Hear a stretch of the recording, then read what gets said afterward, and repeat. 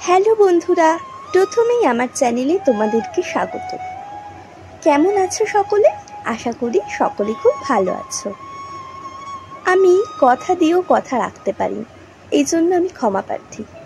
বলেছিলাম মাঝে মাঝেই ডেইলি ব্লগ আপলোড করব, কিন্তু পরিবেশ পরিস্থিতি এসবের কারণে আমি কন্টিনিউ ভিডিও আপলোড করতে পারিনি।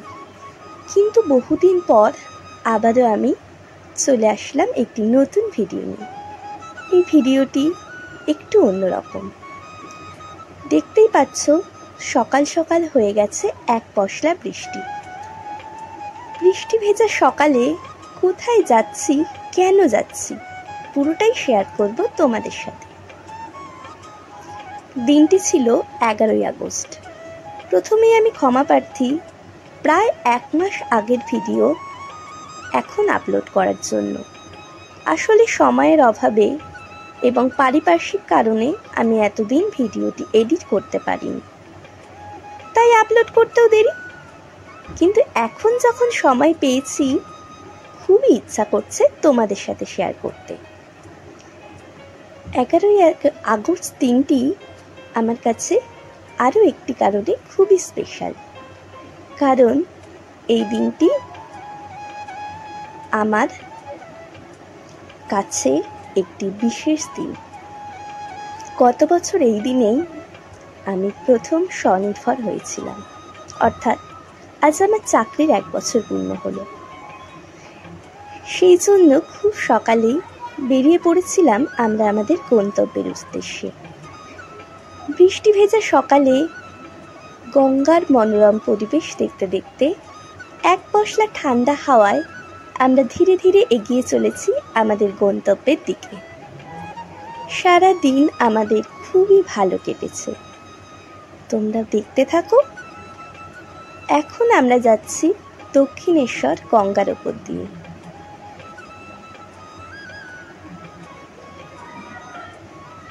এবং সঙ্গে থেকো।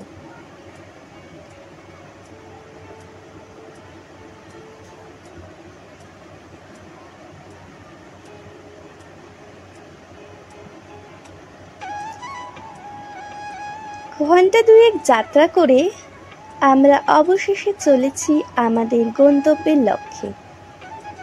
সবুজে ঘেরা একটি ছোট্ট গ্রাম, এখানেই আমরা চলে এসেছিলাম।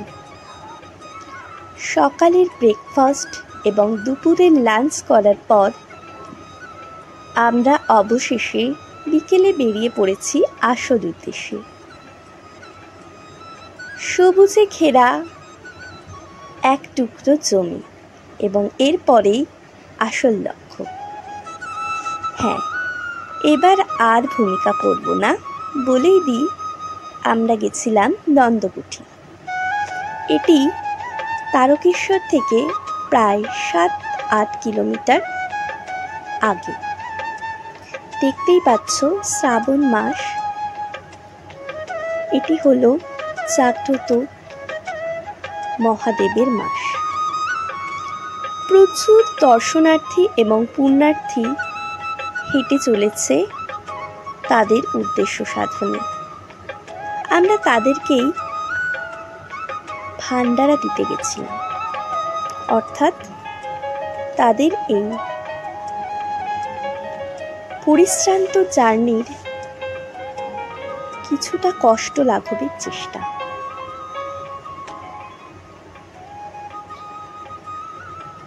ছোট বাচ্চা থেকে শুরু করে সত্তরোর্ধ্ব বৃদ্ধ, প্রত্যেকেই যেন কোনো এক অমোঘ শক্তির আকর্ষণে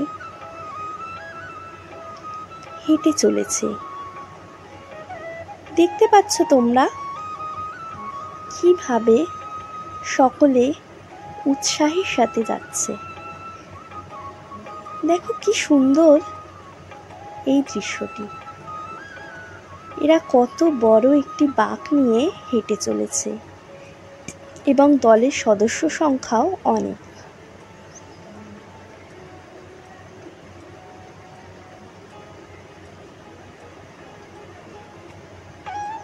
প্রত্যেকেই এসেছে দূর দূরান্ত থেকে, শুধু একবার বাবার দর্শনের অপেক্ষায়। আমারও খুব ইচ্ছা ছিল, আসলে আমিও কখনো তারকেশ্বর যাইনি, তাই আমারও ইচ্ছা ছিল আমি একবার দর্শন করব বাবাকে। এবার না হলেও পরের বার আমি অবশ্যই যাব। সন্ধে হয়ে এসেছে, এদিকে আমাদের তোড়জোড়ও শুরু হয়ে গেছে। আমরা সকলে মিলে প্রসাদ সংগ্রহ করে এইবার একে একে তৈরি করছি এই দর্শনার্থীদের হাতে প্রসাদ তুলে দেওয়ার। এদিকে চেয়ার পেতে আমাদের সকল মেম্বাররা বসে পড়েছে। দেখছো সকলে কি সুন্দর নাচছে। এরই মধ্যে দেখো, এই যে দেখা গেল আমার বাবাকে। বাবা না আগে প্রত্যেকবার তারকেশ্বর আসতো এবং এইভাবে হেঁটে হেঁটেই আসতো। এখন বয়স হয়ে যাওয়ার কারণে সব সময় আসতে পারে না, কিন্তু এবার বাবাও প্রচণ্ড আনন্দ করেছে। আমরা প্রথম ওদের হাতে তুলে দিই কিছু ঠান্ডা পানীয়। এই যে আমরা সকলেই দাঁড়িয়ে পড়েছি, ছোট্ট ছোট্ট বাচ্চারা সকলেই তুলে দিচ্ছে সামান্য খাবার। এই দেখো কত লোক, আমি খুব অবাক হয়ে গেলাম কি পরিমাণ দর্শনার্থী। লাখে লাখে লোক আসে এই বিশেষ দিনে। এরই মধ্যে একটি সুন্দর ক্লিপ আমি পেয়ে গেছি, তোমাদের সাথে শেয়ার করছি। নয়, ছোটরাও তাদের সমস্ত উদ্যম নিয়ে লোক সেবায় মত্ত। এবার তোমাদের দেখাচ্ছি আমাদের গ্রুপের খুদে সদস্যদের।